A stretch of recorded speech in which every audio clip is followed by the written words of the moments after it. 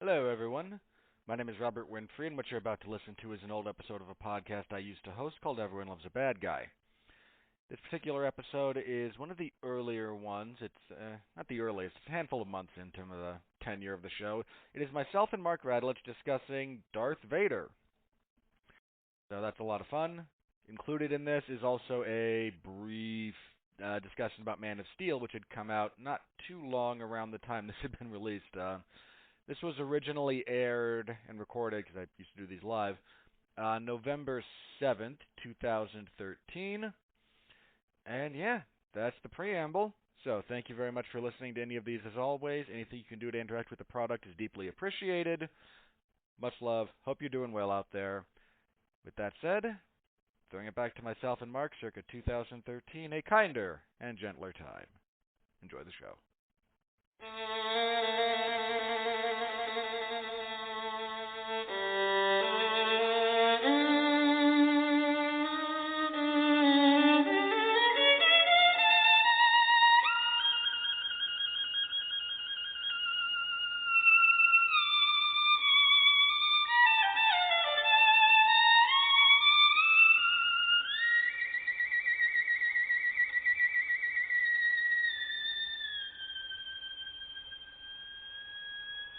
When the devil is too busy and debt a bit too much, they call on me by name, you see, for my special touch. To the gentlemen, I'm misfortune. To the ladies, I'm surprise. But call me by any name, anyway, it's all the same. I'm the fly in your suit, I'm the petal in your shoe, I'm the bee beneath your bed, I'm the bump on every head, I'm the heel on which you slip, I'm the pin in every head, I'm the thorn in your side, makes you wriggle and writhe, and it's so easy when you're evil. This is the life you see, the devil tips his hat to me, I do it all because I'm evil, and I do it all for free. Your tears are all the pay I'll ever need.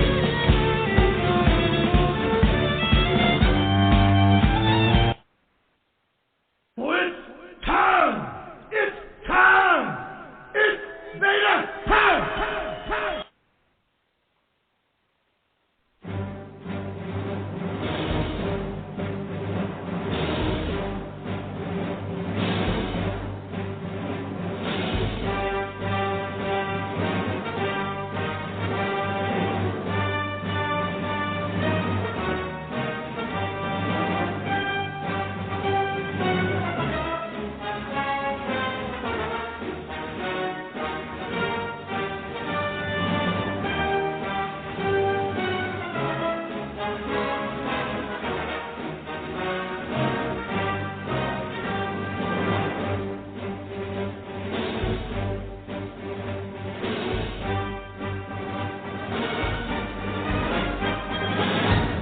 Hello, and welcome to another edition of Everyone Loves a Bad Guy. That glorious mashup of various sound bites was brought to you by me, your host, Robert Winfree. That particular intro also came about because, for those of you who listen to the wonderful podcast, Long Road to Ruin, Sean Comer mentioned on this week's episode, wherein Mark Radulich mashed up their normal intro of Long Road to Ruin by the Foo Fighters with Eric Bischoff's I'm Back and Randy Newman's You've Got a Friend in Me in honor of the series Toy Story, which they were reviewing. So I figure, why not? I'll throw down a challenge as well. Probably not as good, but you know what? We need a little more competition around here. We're all far too happy with each other. This much enjoyment of what you're doing and the people around you, it just can't be healthy given how everything else in the world works, can it? All right, but enough about bizarre quasi-existential questions. This is Everyone Loves a Bad Guy, and we've got a big one of the pillars of villainy. Well, sort of, if you want to get really technical. We're tonight talking about Darth Vader. That's right, the man in black, Anakin Skywalker, the poor guy who has, just all robot. He got the robot arms. He still can't get handicapped parking because everything still functions properly. But I'm not here alone. This particular podcast, talking about Vader coming up at this point in time, came about because the man who is in charge of this wonderful broadcasting network, Mr. Mark Radulich, wanted to do it. And since it's his network and I'm just part of it, why not? And that's the other reason. That's also the reason we're on Thursday instead of normally. Normally we've been on Friday for a variety of reasons, but things got shuffled around, and since Mark is going to see the new Thor movie tomorrow, when we would normally be doing this, we're moving it to Thursday, and we're having it right now, so thank you all for joining us a bit, even though it's not a regularly scheduled day of the week. Mark, thanks for being here, and I suppose a belated thank you for just continuing to let me have this show on your network. Listen, first of all, I was all prepared to have this mutual admiration society and all of that. Then you threw down the gauntlet. You want to go? You want to go? Push me, bro. Come at me, bro. You want to fucking start some shit?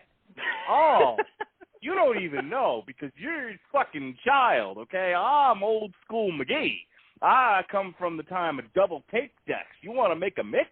You want to fuck around with the mix master? Oh, I'll tell you about Chuck Ninesling and how he threw together 5-6 samples. Can I get some Soundgarden tickets? That's not my job, asshole. It's not my job to help your fucking ass out. That's what he did back in the day. You want to come at me with your mixing and your ensemble of music? I'll take you down. I'll take you out. I have no doubt. You have just so much more experience with various music than I do. I mean, when you have so many more years on me, it's hard for you not to have more experience. This is true. I really do.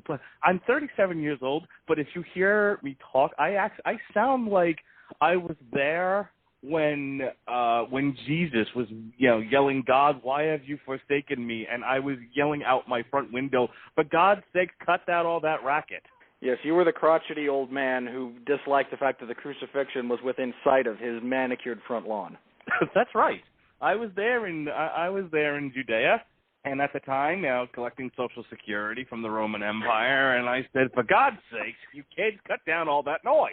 All right, what are we talking about here? Talking about Darth Vader. Have I told you that not only do whenever I hear the opening theme to Everybody Loves a Bad Guy, I used to have a picture of you doing kind of a can around your room. That's fun. Yes, which I've told you. I have this image of you doing a can whenever that starts. But I also, just that very first opening bit, I want to start going, Istanbul was Constantinople, now it's Istanbul and the Constantinople. Why did Constantinople get the work? That's nobody's business but the Turks. So do we want to start talking about Darth Vader now? Well, I figured since it took place a long time ago, I mean, we needed some little preferences here because you, while in a galaxy far, far away, I believe you were in fact alive this long time ago when in fact Darth Vader was tractor beaming poor Princess Leia onto his Star Destroyer. I was there when little Jake Lloyd, little Anakin Skywalker, was messing around with robots, and I said, cut down all that racket. Such a pity you didn't put him out of all of our misery when you had the bad form. Poor Jake Lloyd. Don't feel bad for Jake Lloyd. I will feel bad for him. Here's why. At the time, kid actors are terrible. We all know that.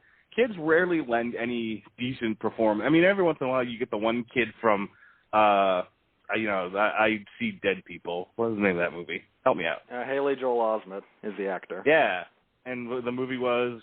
Sixth Sense. There we go. I'm old. I don't remember this stuff. Sixth Sense. So rarely, sometimes you get a performance like his, which was, quite good.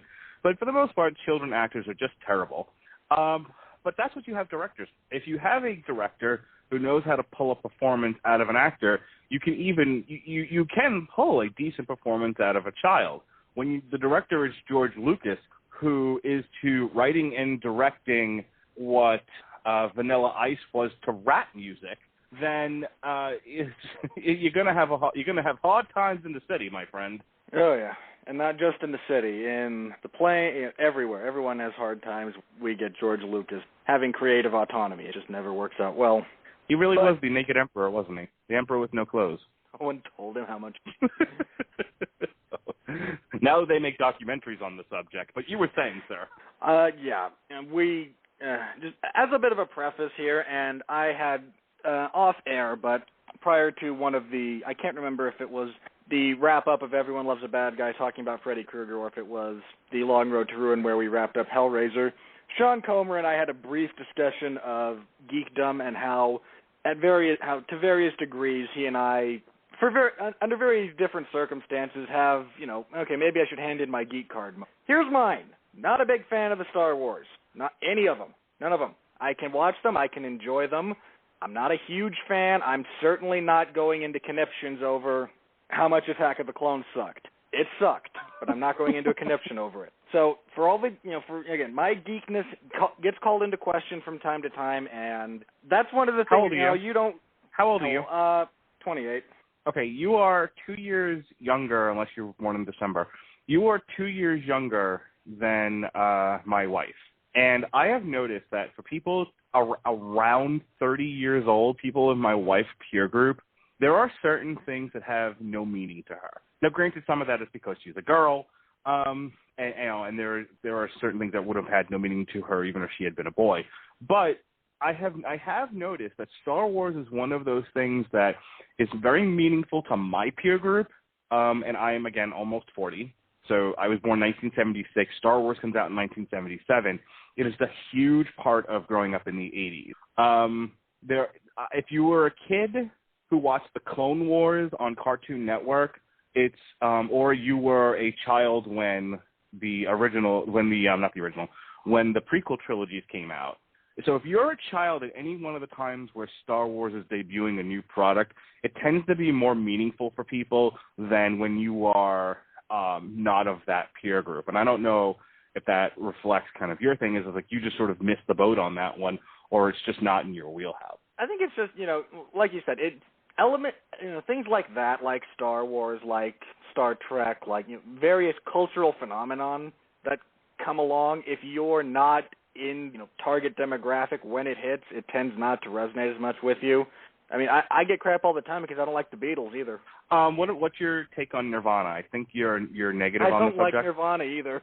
Yeah, maybe you should go marry my wife then, because you two apparently have everything in. You can't have two people who have a lot in common around each other too much. You start to hate each other because everyone hates themselves. No one wants to be around with themselves. All right, I guess that's why we work so well. Enough psychology. Enough psychology. We got to get back into Darth Vader here because let's start with the obvious. He has one of the best cinematic entrances ever. Yes. I mean, for as much crap as I give George Lucas and various Star Wars movies at various times, depending on my mood and who I'm talking to at the time, when he comes walking through the mist into the carnage that is the Rebel ship, and he just kind of looks around, you know exactly who Darth Vader is. You may not know his name necessarily, unless you paid attention to the big scrolling credits, but it's immediately obvious that this is the guy you've got to watch out for. He's the one in charge. Science fiction and fantasy, it's not for everybody. And Star Wars, to be clear, is more Lord of the Rings than it is Star Trek, despite the fact that it's in space. It is a fantasy opera. It is not necessarily science fiction, and there is a very, very clear distinction. Just to go back a second, to just sort of explain what a cultural phenomenon Star Wars was, when I was but a wee child, I think my first birthday, the cake that I had was an R2-D2 cake. I mean, I don't know Star Wars from Shinola. You know what I mean? Star Wars, Care Bear, it doesn't matter. I'm 1 year old. I can barely stand up at this point. You just want the cake. But I had the cake. There are pictures of me, face full of R2-D2 cake. People bought me as a child Star Wars toys. It was, it's hard to escape that sort of thing. Star Wars was to Mark growing up what Disney princesses are to Lily growing up. She's my daughter, for those that don't know. So, and then 1980 it was when Empire Strikes Back came out. Now I'm 4, and my father takes me to go see the movie. When you're 4, you barely have the attention span to get through anything. But damn it, he took me. And then 1983 rolls around, and there's Return of the Jedi, and we're back again. So, getting back to your initial point, yeah, Darth Vader has one of those. You don't get much better of an entrance as far as villains go. I talk often on the Long Road to Ruin about how film is about showing me, not telling me. It's a visual medium. And the problem with a lot of modern movies today is the excess of exposition. Everyone's going to tell you something.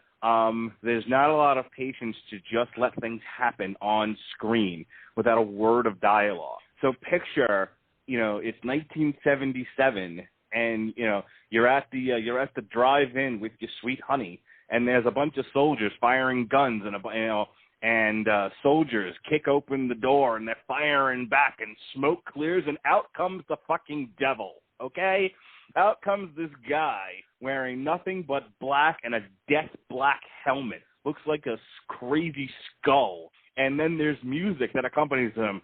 Dun, dun, dun. I mean, you might as well have called him Dick Dastardly. I mean, that's how he comes across. And then immediately, before he does anything else, he's choking a bitch. It's like, okay, there was no subtlety here. It was, to be clear, this one's the villain. He's the bad guy. He's the monster. And it's great. And it's one of those moments in cinematic history is where you as the audience member are absolutely just completely absorbed by the action. Yeah, I mean, as far as great villain entrances go, if you put a gun to my head and say, name me 5, the top 2 are interchangeably Darth Vader or Hannibal Lecter, and they both have kind of the same impact. Yeah, there's no working up to it. One of the things I said was, he immediately walks in, there's music, there's smoke clearing, he looks like death. I think my initial comment was, in walks the devil. It kind of reminds me of the story that gets told in Desperado. I think it's Desperado, where Steve Buscemi is talking about is talking about the mariachi as he walks into the bar, and in he walks. Biggest freaking Mexican I'd ever seen. Yeah, exactly. And Darth Vader was the biggest frickin' Mexican the Rebels had ever seen. That's what he was. And then before you even get a chance to sort of digest what it is you're looking at, he's moving on to choking a bitch, which became kind of his. He was the original choker of bitches, Darth Vader. Yes, he was. You disagree with him, you feel like making fun of him. He doesn't even have to be in the same room. You're getting choked. Well, I think his management style is something that we really need to look at and maybe move towards as time goes on. Because what he dealt with was a lot of commanders, sergeants, lieutenants, etc., those in the Imperial Navy who he would give an order to.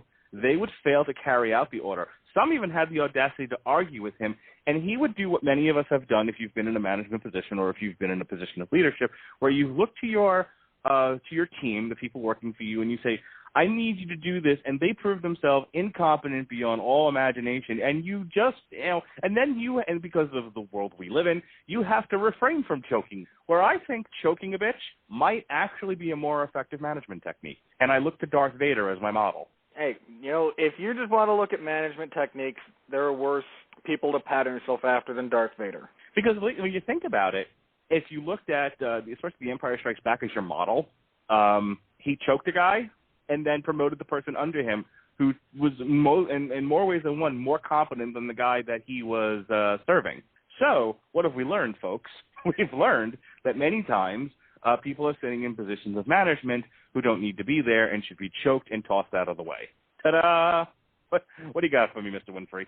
I don't disagree, and that's actually kind of ironic that you would bring it up that way, because in the second, to the best of my recollection, episode of Everyone Loves a Bad Guy, I had Robert Cooper on here, and we talked about evil corporations, and the Empire did, in fact, come up, even though it's a military government as opposed to a for-profit organization. But the parallels are there, so why should we ignore it? Exactly. Now, one of the, probably I would say, in addition to the visual cues that you get with Darth Vader, the most important aspect of him that comes across is his voice. And when you have an actor who can't emote with their face, I mean, I'm not talking derogatorily about Keanu Reeves because he can't emote. He can't emote because he's Keanu Reeves. He can't emote because he's got the autistic range of an damn it. He's got the range of an autistic. There we go. Otter. He has an autistic otter. How many autistic otters have you worked with? Yes, he has the acting range of an autistic child. There we go. Well, he was shown up by an autistic child in The Matrix. The kid understood there was no spoon. All right, you got me there. Yes, Darth Vader. But moving on, it's not. He can't emote because there's a giant mask over his face. You can't see this guy's face. All of the action, the only way this character is able to get across things is with his voice and with body language, and that is an extraordinarily difficult thing to do as an actor. I mean, and it's only been done very well to the best, off the top of my head, twice, as far as having someone do live action and then having to, like, dub over the vocals because they have to be recorded and redone.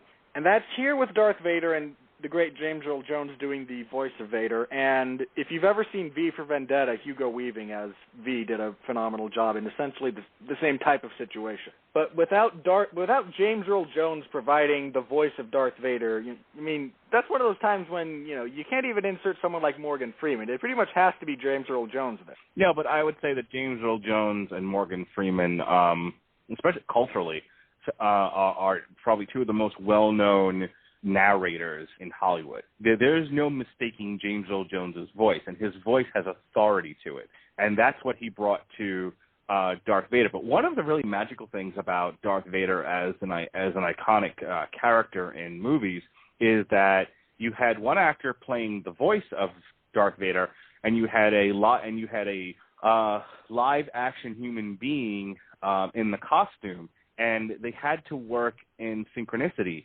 even though they were most oftentimes probably not even in the same room. They probably did James Earl Jones's dialogue in a studio well after they had already filmed David Prowse and Bob Anderson walking around in the costume. So, I don't know how they did it, but then this is the 70s. Who the hell knows? But, the director, who is George Lucas, really has to, and then later on Lawrence Kasdan, I believe it was, really has to get the actor to imagine these things are being said and done, and you now have to use your body, and you have to find that fine line of not overacting with your body and trying to compensate for the fact that there is no dialogue. They may have actually had the actor saying the lines while he's doing it to make it more natural, and then just dubbing out the dialogue after the fact and inserting in James Earl Jones. But this has all the makings of a terrible idea that ends up being executed on film very well. You would never know that the voice coming out of Darth Vader in any of those films, maybe with the possible exception of Revenge of the Sith at the end, with the at the end. Regardless of that, you would never know that James Earl Jones is not in the costume. It actually worked perfectly well on film. And considering that a seeming trend relatively lately in Hollywood has been get actors and then, oh crap, their voices suck, we have to dub them over. And at points it's very obvious and it's a very jarring thing. And for it to be done so seamlessly, especially by a director who's as hit as miss as George Lucas, it came out perfectly. Thank heavens that it did. Yes. Well, it does. That whole movie really at the beginning does rest on the ability of Darth Vader to capture the audience, because if he walks on, it's funny. It's often noted on any Radulich and Broadcasting show that we are wrestling fans. It is the wrestling and MMA is really one of the things that kind of unites all of us here. And Triple H once said of Mick Foley that they made each other when Triple H was doing his initial title run, his long one, not the one from SummerSlam. The relevance to the topic, he's talking about when Mankind and Mick Foley leave and outruns Cactus Jack, and Triple H does the Vince McMahon "my world is falling apart" look. And he says at the time, if he reacts to that in the wrong way, if he reacts to that poorly, the whole thing is done before it even gets started. So he has to emote that the vision of Cactus Jack running down the ramp at him is actually menacing and scary, and this is a real threat here. Same thing with Darth Vader. If Darth Vader comes through the smoke and the audience is laughing, you have lost the audience for the rest of the picture. There's no way we're getting back into this thing. But I have never heard of any of that ever happening. People, when they saw Darth Vader for the first time, shit their pants.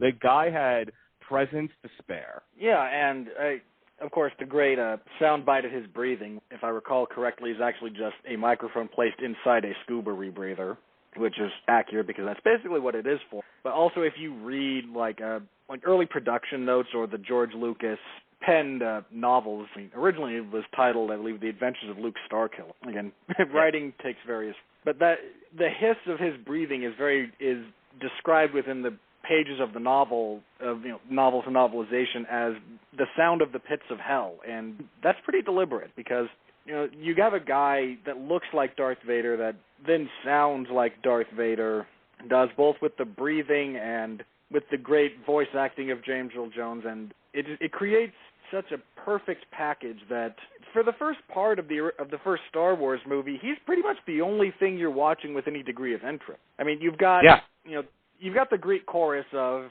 C-3PO and R2-D2 wandering Tatooine and the Jawas. Your hero doesn't show up for the first 30 minutes of the movie.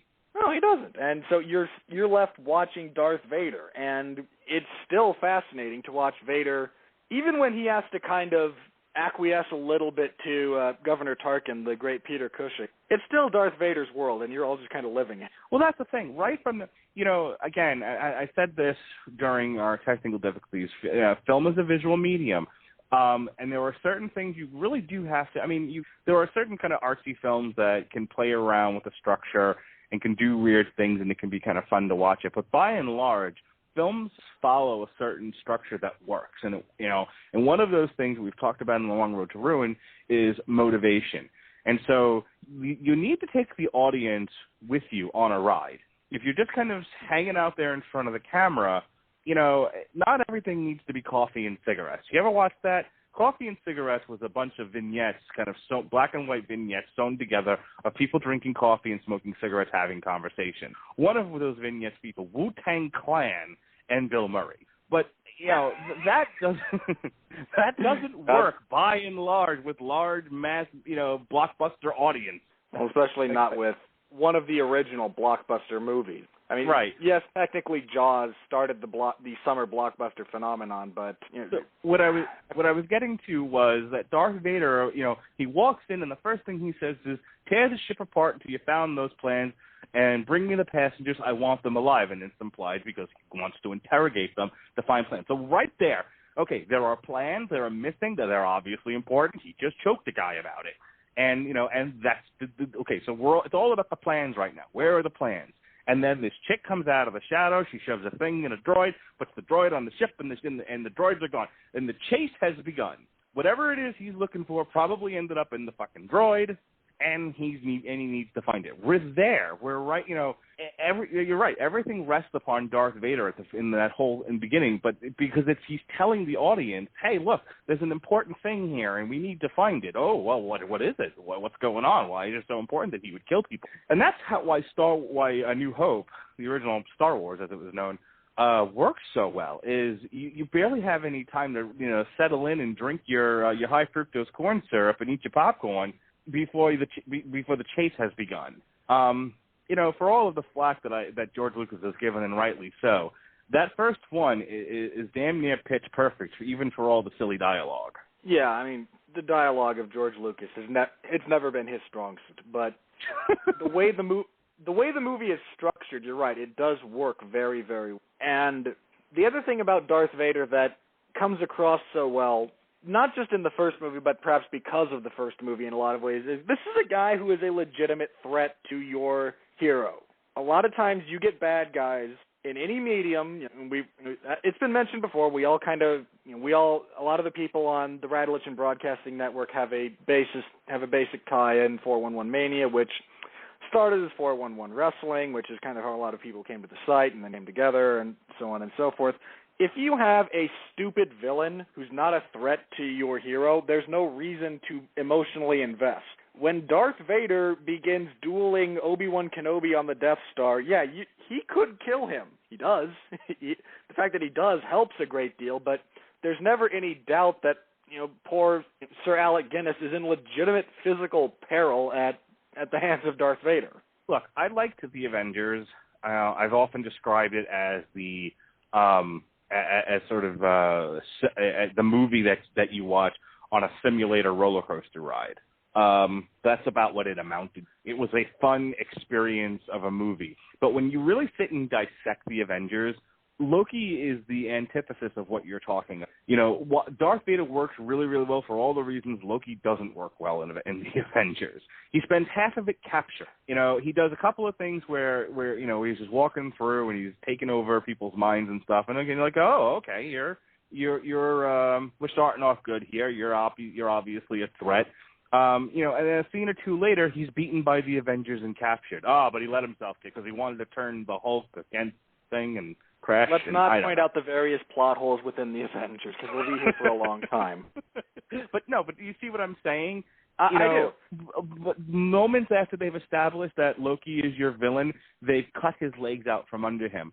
The reason why Darth Vader is one of the reasons why Darth Vader is such an iconic villain in the pantheon of fantasy characters is Darth Vader remains a threat to the very end of his existence. When you think about Vader's undoing, Luke doesn't beat Vader. Vader finds within himself the will to return to good, and he saves the Alliance. He saves Luke. The hero of this thing.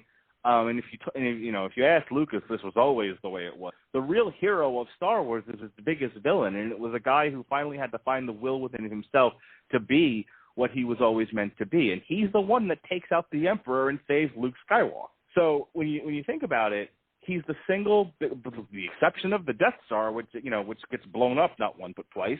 He is the single biggest threat in the Star Wars universe, and he is nigh unbeatable. Pretty impressive, considering how often Hollywood, Superman had to break Zod's neck. You know what I mean? They seem to struggle with creating villains with an appropriate amount of menace, but they got Darth Vader right to the very end. Oh, they did fine with Zod. The problem is fanboys couldn't accept it. Wait, it's not another Christopher Reeve movie. I want Richard Pryor.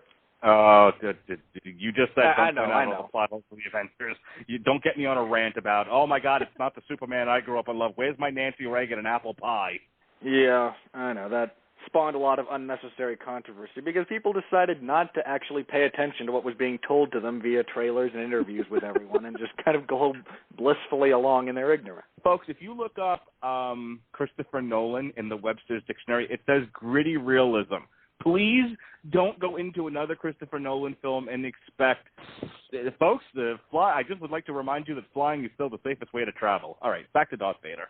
Now, it's one of the other things that works well with Vader, and I'm not quite sure who to credit this with, if not just kind of everyone.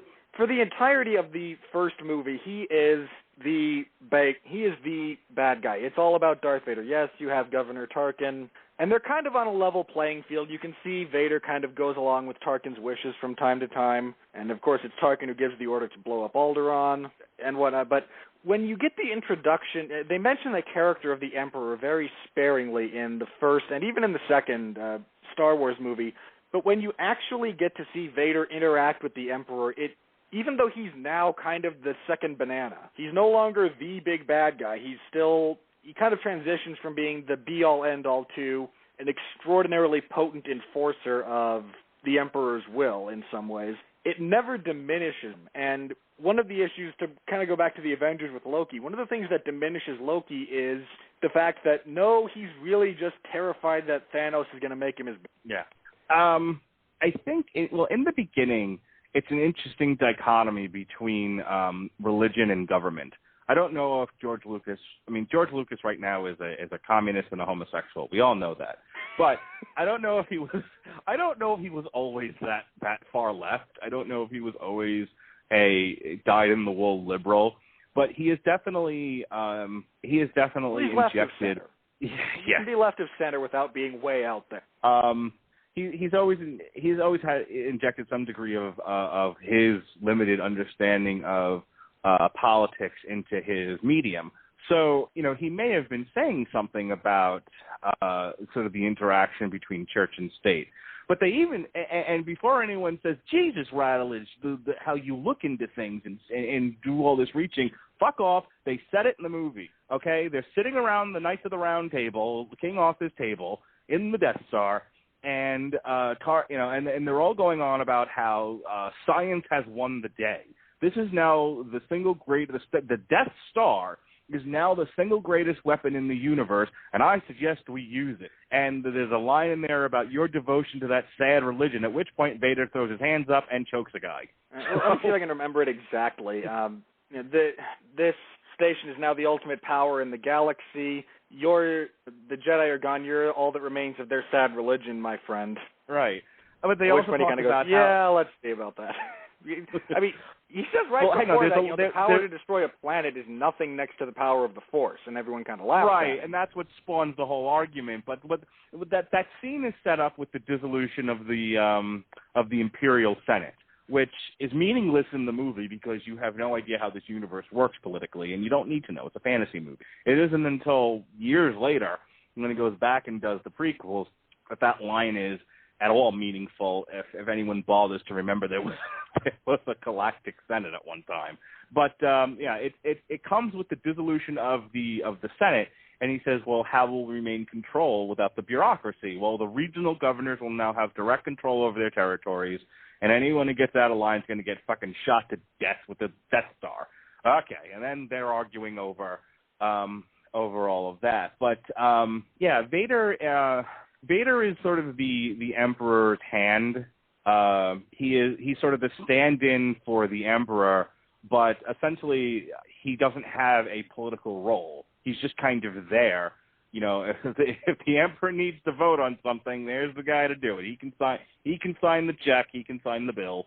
But really, the people running the Empire are Tarkin and that whole group of Imperial officers. And it's funny because in that scene, he really does have to assert himself and say, no, I fucking matter, people, okay? Don't you blow me off with your stupid Death Star. I'm Darth Vader, damn it. So it's a fun scene. Yeah, but the point I was kind of getting to there is, and it becomes even more apparent in the third, in Return of the Jedi, when you actually get to see Vader interact with Palpatine, the Emperor, Darth Sidious, one of, insert various pseudonym here that he goes under depending on the circumstance. He has like 5 different names, which makes sense because he's a master of like intrigue and espionage. That's true. He's Senator Palpatine, Chancellor Palpatine, Darth Sidious, Tom, Mary. He's got a lot of roles to play. But when you see the two of them together, even though here's Darth Sidious, here's the Emperor, he's this old kind of wizened-looking man, and you're like, well, wait a minute, Vader could like kill him with a thought if you Lego. Sorry, I was introduced to that bit by Eddie's Lego animation. But you don't put peas on pasta arrabbiata. Just give me the fucking pasta. You need to get a tray. This one's wet. This one's wet. Why? With all the power of the Death Star, do we not have a tray that is dry? No, I'm your boss. Stevens. No. I could kill you with a thought. That's fine, but you still have to get a tray. For those that don't know who I am. You know who I am. This is not a game of who the fuck are you. I have a buddy who does that great. This is not a game of who the fuck are you. For those that don't know what we're laughing about, Eddie Izzard, if you don't know who he is, he was on The Riches, been in a few other things that people may have actually seen. He's a comedic actor. He does good stand-up.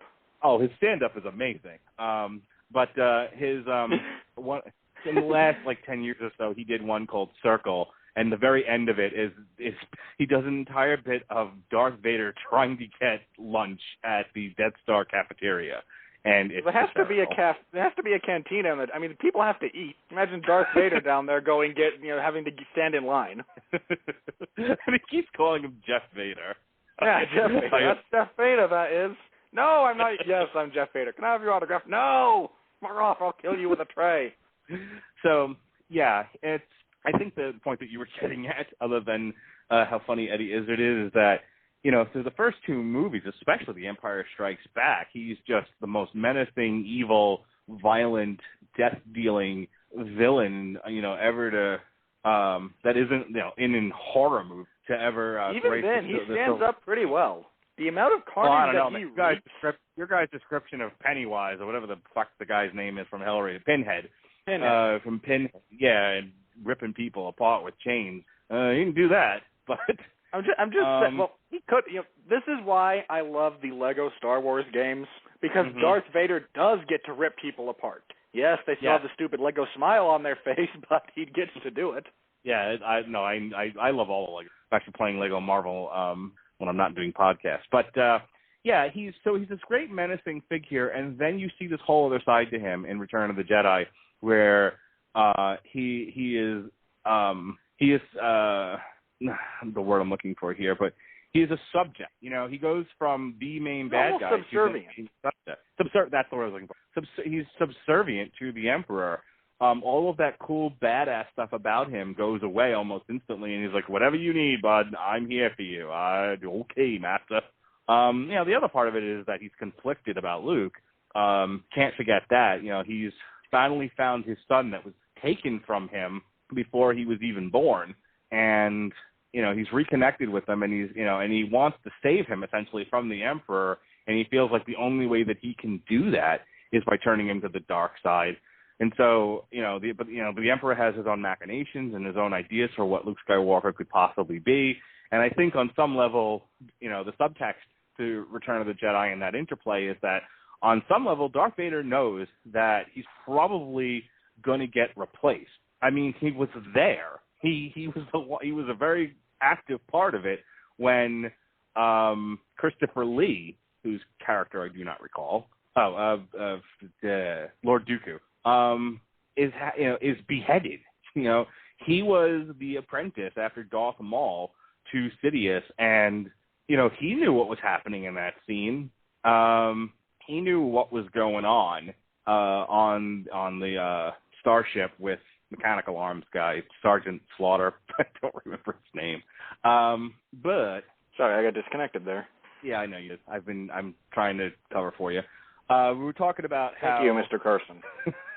You get the real deal when Mark has to cover for me, folks. I am the Jay Leno. He is Johnny Carson. That's right. And that's why when Block Rock Radio booted you the first time, I just went right to playing music. That's how you do things. I got to get that, like, we are experiencing technical music, and just play that from now on.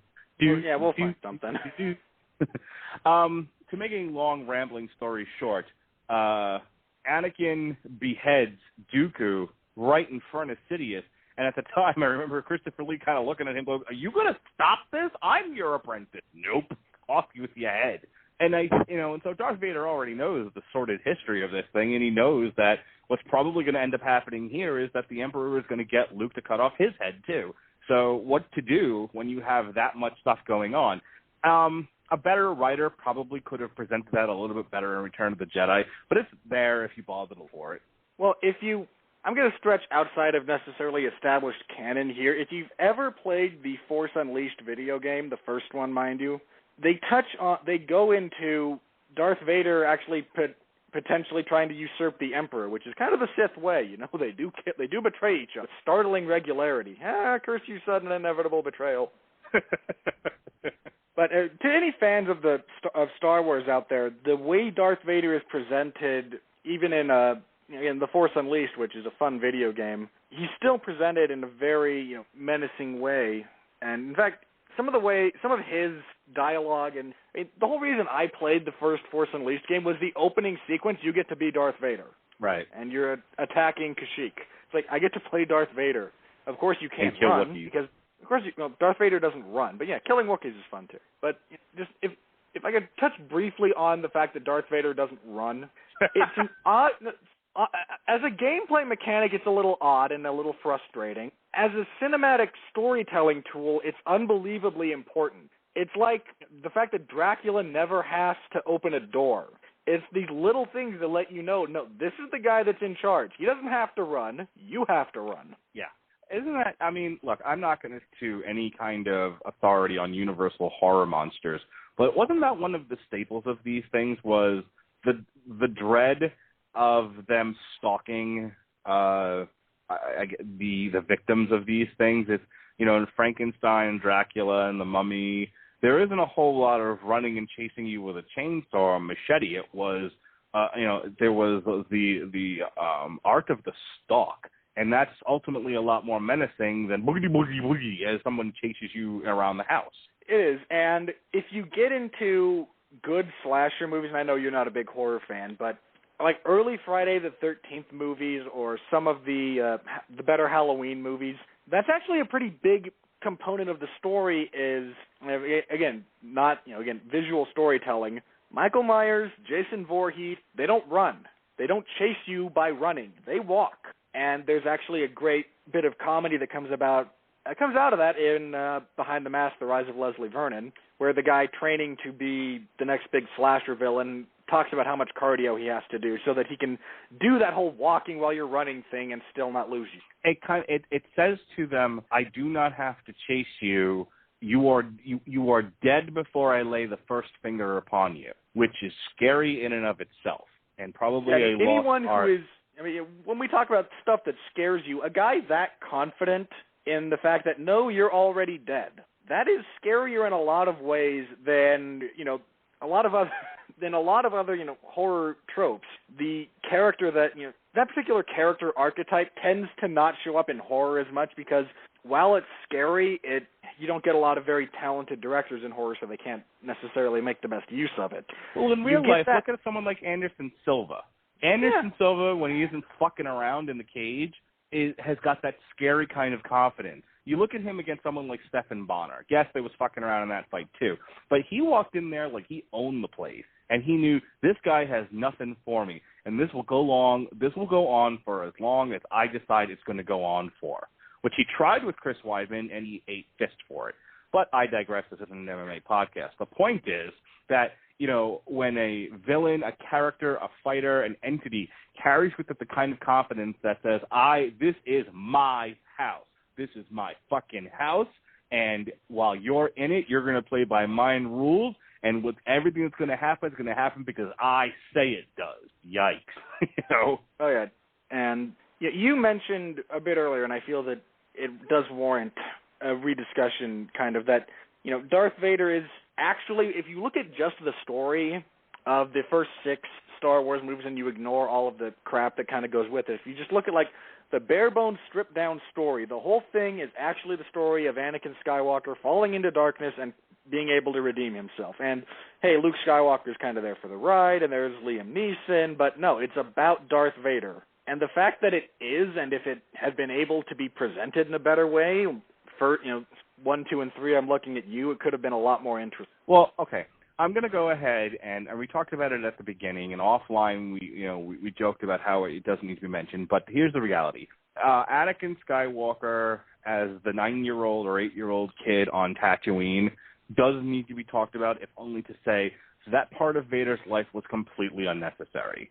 The Phantom Menace does so much, not because it's just a terrible movie. Forgetting for a moment that it is a terrible movie, with the only redeemable qualities are the kinds of things that appeal to children who like pretty colors and fast cars. It does so much damage. You gotta be careful. That's probably okay. I acknowledge it's a terrible movie, but this is the other thing I say to Star Wars nerds if I wish to annoy them. If I want to watch a Star Wars movie and just kind of figure, I just want to watch one, that's the one I'll grab. I have never not enjoyed watching Phantom. I know plenty of children who love the Phantom Menace because of fast cars, funny characters, and bright colors. Yeah, I could do without Jar Jar Binks, but I enjoy the movie.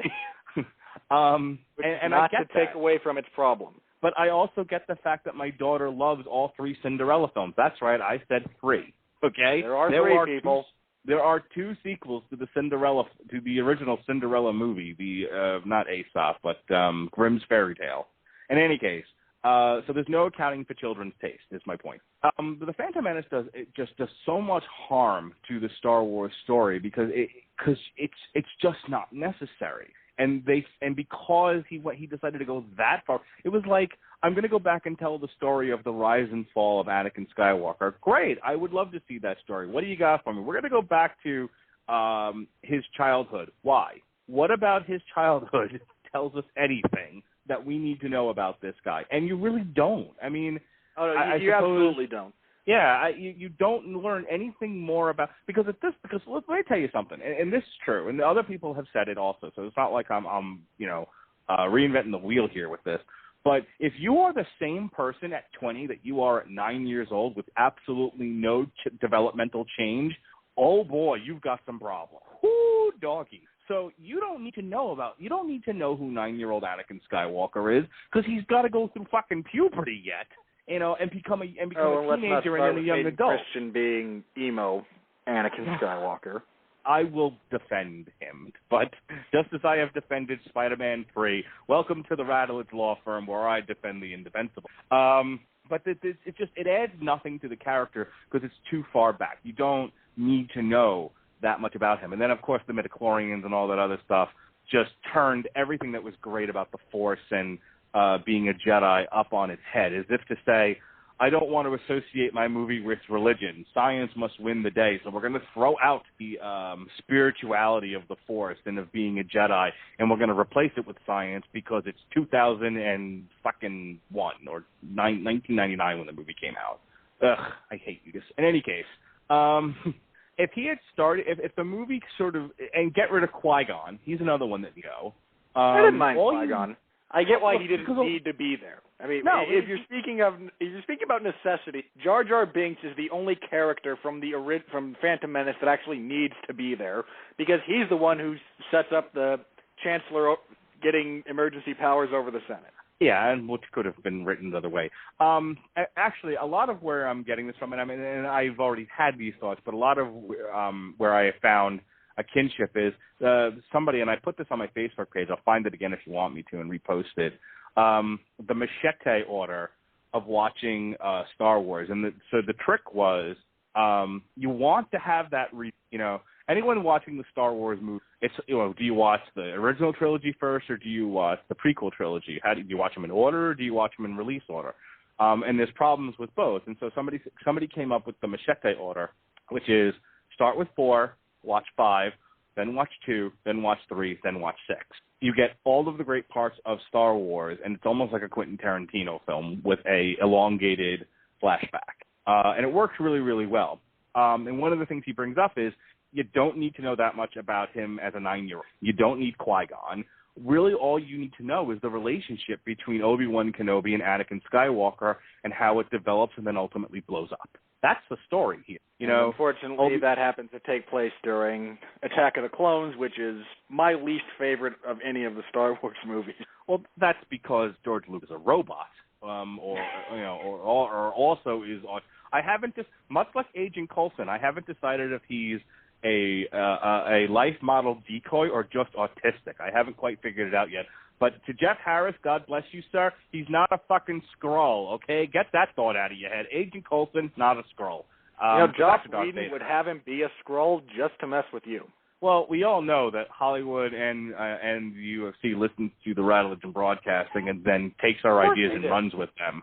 That's why Wonder Woman is going to be in the Batman and Superman movie because I said that's what should happen. That's to do it that way. That's why Hellraiser is getting rewritten with Clive Barker actually at the helm. That's why Jimmy Manoa is facing Alexander Gustafsson. That's right. Another one that I suggested and the UFC ran with. You're welcome. So yeah, you really now. I don't want to just completely take over your show here, but I do want to. Well, let me hear why you're just hands in the air like you just don't care over Hayden Christensen. Why do you write him off other than the obvious reasons, the poor acting and direction? Oh, you mean I need a... Okay, so hang on. The man is hired to be a good actor in a movie, and he then proceeds to not act well, director or not, and I need a reason beyond you failed to meet your social contractual obligation to me to hate him? All right, fair point. Okay, hang on. I don't hate Hayden Christensen. He's not a bad actor. My issue with that whole thing becomes Darth Vader is a poorly written... Anakin Skywalker is a poorly written character in 2 and 3. We'll leave Phantom Menace alone. It's kind of its own entity. That is kind of unnecessary. He's poorly written in a lot of ways. His dialogue is awful. And I suppose my big thing is, if you put a better actor in that role, he might have done something of at least some substance, as opposed to poor Hayden Christensen. No, I disagree. I don't think anyone could have saved that role. If you're talking about Attack of the Clones, that seems to be your big beef. And what was Attack of the Clones? Attack of the Clones was a poorly written romance story, okay? There was a mystery in there, but ultimately this was supposed to be the Anakin Skywalker falling in love with Padme and having his first dalliance with the dark side, the first temptations of Christ instead of the last temptation of Christ. That's what that movie was about. Now, George Lucas clearly doesn't understand what it is to be in love with a human being. He doesn't. He can't. There's no possible. George Lucas is Data from Star Trek. He has no emotion chip yet, and he doesn't understand how love works. And that is how he wrote that movie, okay? It was, as Confused Matthew says, Anakin falls in love with Padme and Padme in love with Anakin. Why? Because a wizard did it. Blame Clucky. That's who you need to blame for that, okay? Because Clucky said so, and it needs to be 29-28. There's just no logical read for Anakin and Padme to be in love in that movie because of the way it's written. There's no. It's like, again, he just said they fall in love because that's what the plot needs them to do, and decided for some odd reason that that was enough. I don't need to put them in situations that would make one human being fall in love with another. I don't need to make either one of them a likable enough character for one to find the other one attractive, mind, body, and soul. The plot says that they get together, so they get together. Voila. Well, and to be like fair, you got all of those moments in Phantom Menace with poor 9-year-old Anakin, who is not even physically mature yet. Are you an angel? Don't. God, don't. You'll Whoa. make me want to find him and punch him in the face. At this point, I'm sure he's got a brilliant meth habit that he's trying to fund by being a male hooker. Sorry, Jake Lloyd, if you're out there, thank you. And by the way, Jake Lloyd, if you're listening, screw you for being equally as horrible in the already horrible movie Jingle All the Way, which I have seen. And let me say this, Arnold Schwarzenegger punches a reindeer in the face, and it is not the worst part of that movie. Sinbad is in that movie. Not the worst part of that movie. What possessed you to? Did you watch Santa with Muscles too? Or you just like anything? Believe it or not, I believe I have seen that. Yes. Let's not get into some of the movies I've seen because I've seen bad ones. Were you trapped on a desert island with a Blu-ray player at one point? No, but I believe I have seen the Hulk Hogan starring Santa with Muscles. It ends with him sword fighting with a yuppie in a crystal-filled cavern under a church. Don't ask me to make sense of it. I just know what happened. Okay. I understand that is how most rapes are described. Don't ask Don't ask me to spell out the details. I just know what happens. Here's it. Test my panties. I can tell you there's someone else's DNA on there. Now back to Darth Vader. So Anakin Skywalker is handed this script written by an autistic person who doesn't understand how human love works. And you blame Hayden Christensen for that performance? I mean, what's her face? Who plays Natalie Portman, who Oscar winner Natalie Portman. Yeah, I mean, you're going to tell me that Natalie Portman can't act? She obviously can act. She's acted very well in other. She's going to be awesome in The Dark World tomorrow night when I go to see that at the Cine Bistro with my wife. Come on now. Natalie Portman's been in some really good movies, and she's done quite well for herself. I don't know what else Hayden Christensen has been, but he can't be as bad, generally speaking, as he is in the Star Wars movies. And I'm laying that completely at the feet of George Lucas. The goal of the director is to pull the performances out. When you're too concerned with the technology and the special effects of your movie and not enough on the story or the performances, it's not the fucking actor's fault. So I'm not disagreeing with you. Like I said, it's one of those, you put a gun to my head, yes, George Lucas is 99.9999999% to blame. Hayden Christensen from me gets reflected hate because I can't help but feel like, give someone with a little bit more talent might have made that a tad more believable. I don't believe that at all. Okay. Fair enough. We can disagree. Disagreements don't end the world. No. You are forcing two people together in a relationship on screen, and people react viscerally to it because it's not believable. It is what it is. Yeah.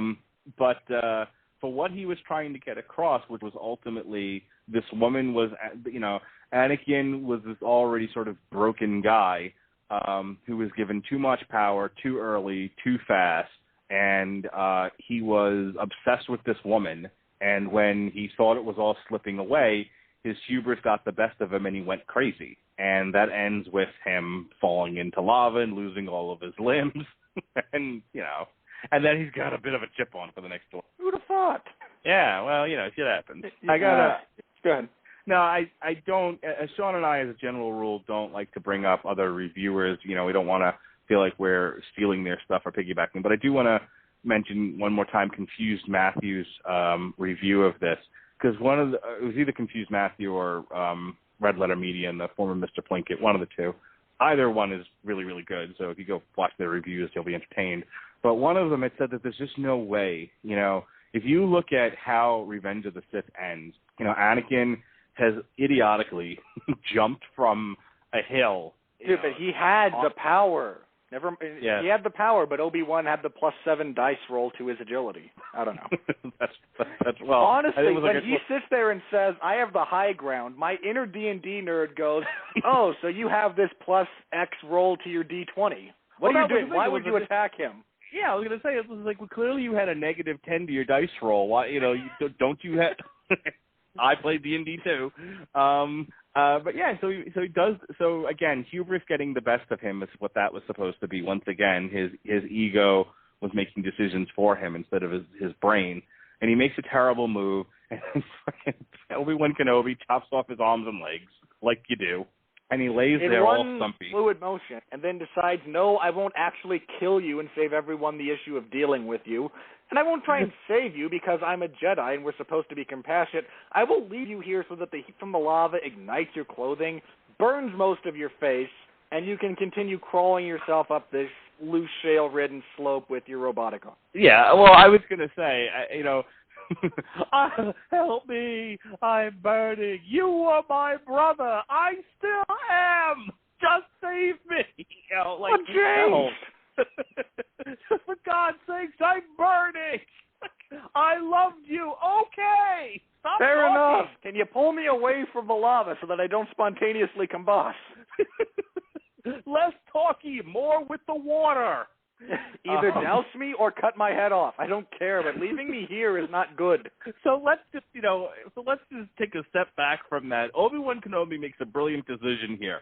He is about as passive-aggressive as one can be in making decisions. He's like, well, I'm not going to kill you directly, but I'm not going to save you. I'm just going to let, he's suddenly very like Buddhist. Batman. I'm not going to kill you, but I don't have to save you either. That decision won't come back to haunt me. Batman. Who's this? Batman, right, yeah, well, and years later, the Joker will blow up Metropolis in an alternate universe. And then Superman will look at Batman and go, really, was this necessary? Let's just kill him. Anywho, I broke General Zod's neck. Well, no. Okay, here, you kill the Joker, then I can't because I have these inner demons. Okay, zap. So it's like suddenly Obi-Wan Kenobi goes very Buddhist. He was like, well, God will provide, and, whatever will be, will be. Meanwhile, Anakin's like, you fucker, would you just leave me in a burn? I am going to kill you the next time I see you. And you are a fucking dead man. So you dick, you left me here to burn on the edge of a lava pit. You expect me to forgive and forget? No, I'm going to see you, and I'm going to cut you in half. Right, and that's the thing.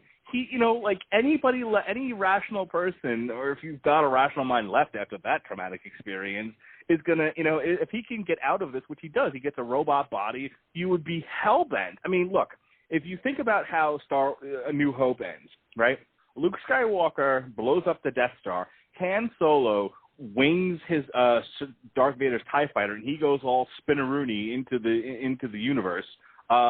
When The Empire Strikes Back opens up, Darth Vader is pissed. He's pissed that his son has turned up out of nowhere to shoot, and the first thing he does is blow up his space station. He's pissed that the Rebel Alliance has had this major victory, and he's going to kill everything that gets in his way until he finds Luke and the Rebel Alliance and gets his revenge. Now, that's what happened after they blew up a fucking space station and his ship got winged.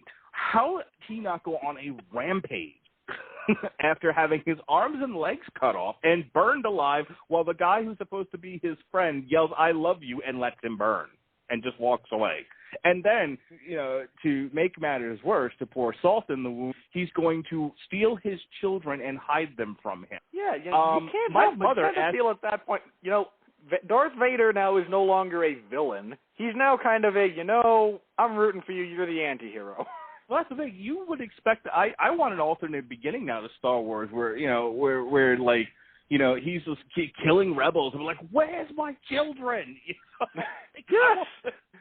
out there, get a Kickstarter fund going. We need just like a 30-minute television special of Darth Vader's rampage looking for his children, with the Emperor in the background trying to manipulate him away from it. I want to see Michael Chiklis as Darth Vader just kicking in doors in Los Angeles. Where's my fucking kids? Oh, yes, we need Michael Chiklis to do that. Or Liam Neeson could do it. Well, Liam Neeson should do it, because it's been established that taking the family of Liam Neeson is a really, really bad idea. This is true. I don't know who you are or what you're doing, but when I find you, I do know who you are. You were my best friend. That's right. He took my children. I do love how in 20 years it never occurs to Darth Vader, maybe I should check my half-brother's house. Step half-brother. Yeah. But the point that I was getting to with this whole rant was, when you see Darth Vader in A New Hope, and he was like, when last we met each other, I was but the learner, and now I am the master. Okay? He's perfectly calm. He's like, I got this, it's been a long time. You are old, I am young, and it is time to get down and get funky. And he's just calm and cool, and that's what makes that scene work, is what we said before at the top of the hour. Is he's in control. You're a tired old man. I'm in the prime of my robotic existence. You're screwed. And that's what makes Ben Kenobi's sacrifice all that more interesting and dramatic, is he knows he's not going to beat this guy physically, so he's like, all right, well, here's the trick you haven't seen yet, and he lets them beat him, but he becomes a ghost, and he becomes more powerful than he's ever been before. You can possibly imagine. Life. Right, yeah, he's now a fourth ghost. Okay, I didn't see that one coming, huh? And now, I can imagine a fair bit.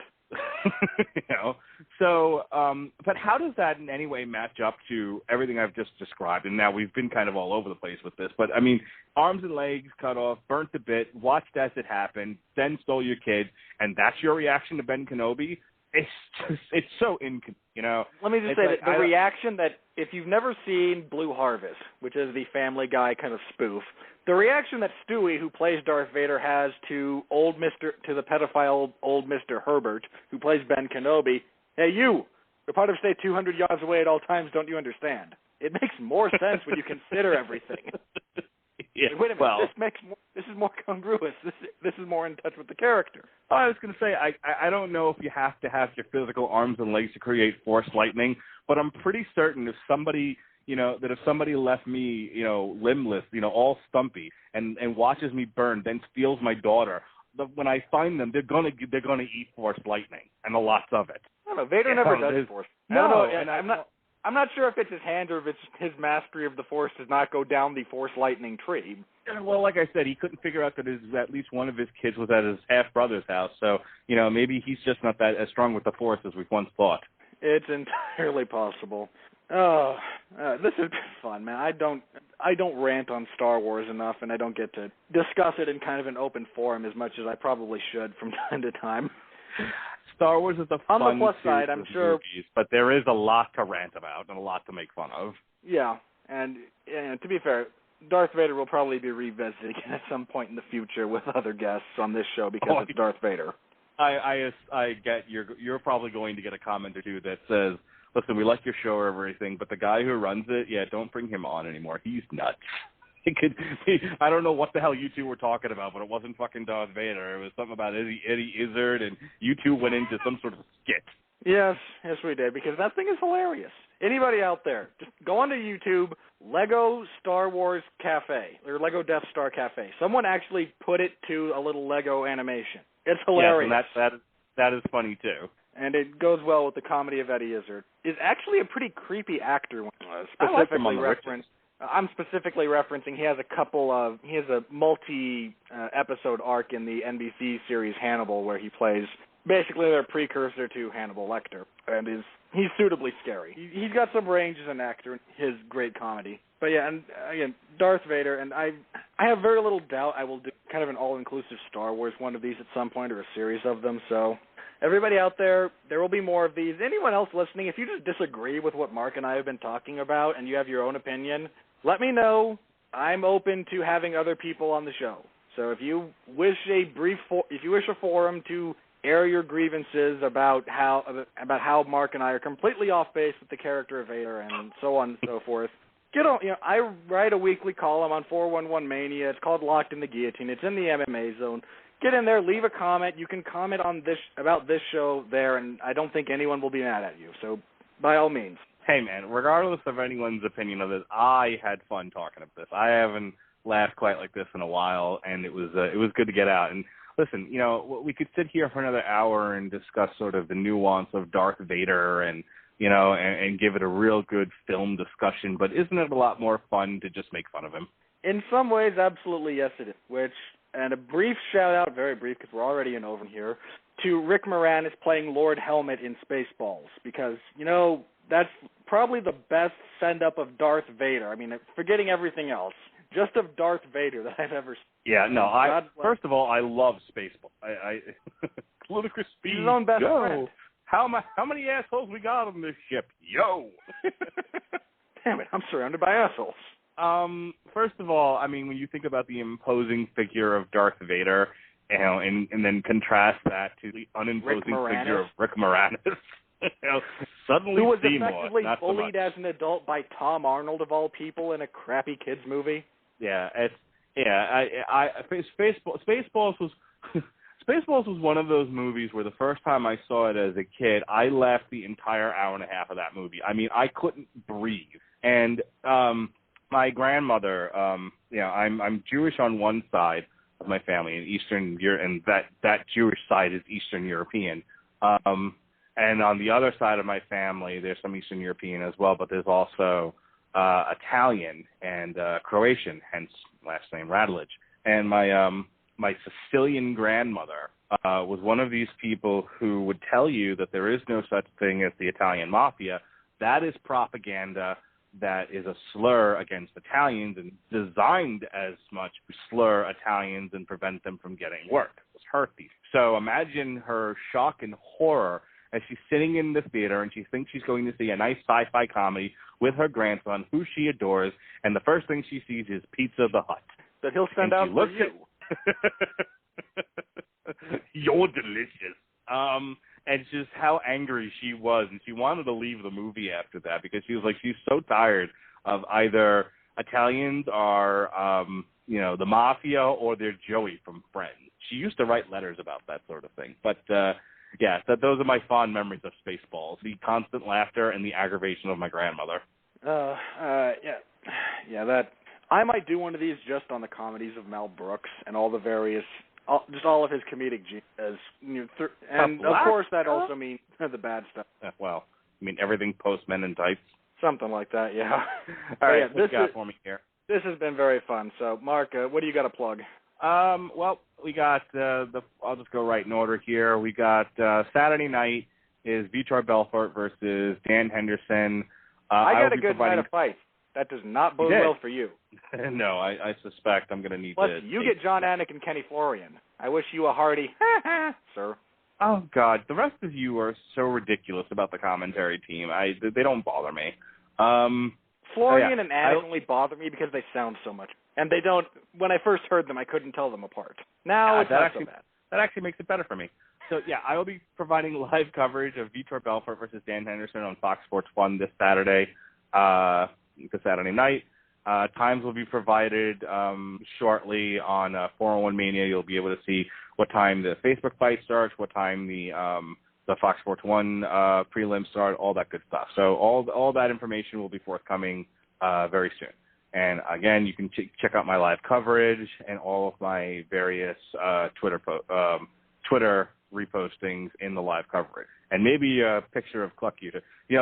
By the way, the challenge is now on. I'm going to somehow find a way to get those images off the Time Magazine article, and we're going to make those are going to be some new Clucky pictures. Oh, yeah. I found one that I wanted to use last night, but I never had the No, apparently, I was looking for some Clucky, or at least some discussion of some maybe bad calls, but apparently the refs were actually not on Quaaludes, so that's good. No real Cluckies that showed up, and it's sad because when you posted that link to all of the bizarre chicken photos, I figured I need something new in case Clucky does show up. I found a picture of a chicken driving a car. Not a cartoon chicken. Actual chicken sitting on a steering wheel. Like, I can do something with this. Just give me an excuse. Brilliant. And he never showed up. Sunday night is at 9:00 p.m. is the 411 Ground and Pound radio show. I will be in my hosting chair. Robert Winfree will be with the panel. That includes Jeff Harris and Pat Mullen, and we will be previewing UFC 167, George St. Pierre versus Johnny Hendricks. Johnny Hendricks with the power to shock the world, probably not. All the power in the world and less technique than my little finger. So we will be previewing UFC 167, and then they're going to review Fight for the Troops in Kentucky and Belfort versus Henderson in Brazil. Tuesday night is the return of the Metal Hammer of Doom. We will be doing a throwback. Your return to the Metal Hammer of Doom. It hasn't gone anywhere. Robert Cooper's been holding down that fort. He has done a very good. Both of you did a very fine job. Neither one of you seem to understand English, and the fact that it's one-eyed dollar and it's right there and it's labeled as such. But besides it's that, properly labeled. I never knew what it was, and then Sean Comer told me it was Clutch Binge Purge, and I heard the start of that and went, no, thank you. Come on, motherfucker, let's throw down. No, it is one-eyed dollar. But no, both of you guys did a fine job while I was very happy with what I was able to hear. In any case, the Metal Hammer of Doom, I resumed the host chair of the Metal Hammer of Doom throwback review, Metallica's Saint Anger. We will bring the funny, because that album deserves to be made fun of, much like Darth Vader. And then UFC 167 in and of itself, I will be providing coverage of that event, and I think that's it for now. You can also check out other shows on the Radulich and Broadcasting Network, such as The Casual Heroes. The Right Hook returns next week. We've got some exciting stuff happening with The Right Hook coming up in the near future on FromTheRightRadio.com. I am not at liberty to discuss this right now, but look for new episodes of The Right Hook starting next week, and some changes with that show coming up in the near future. Also, as soon as I find out that John's doing another one, there'll be some more Misfits DOA brought to you by the good folks over at Misfits Politics and the Rated R Republican John Brodigan. And then, of course, check out Robert Cooper's own little side project he's got going, something called the Sentai Hentai Japanese Fukushima podcast. I don't know what these are. Hey, I don't know. His got a lot more. His debut got like 200 listens. It blew the last three things I've been out of the water. I was gonna say, not for nothing, but I look at the stats and it's like your stuff and his stuff always gets a lot of hits, and it's like, God damn it, why do I even? Hey, I love the Toy Story Long Road to Ruin. Listen to it live. Listen to the Overrun.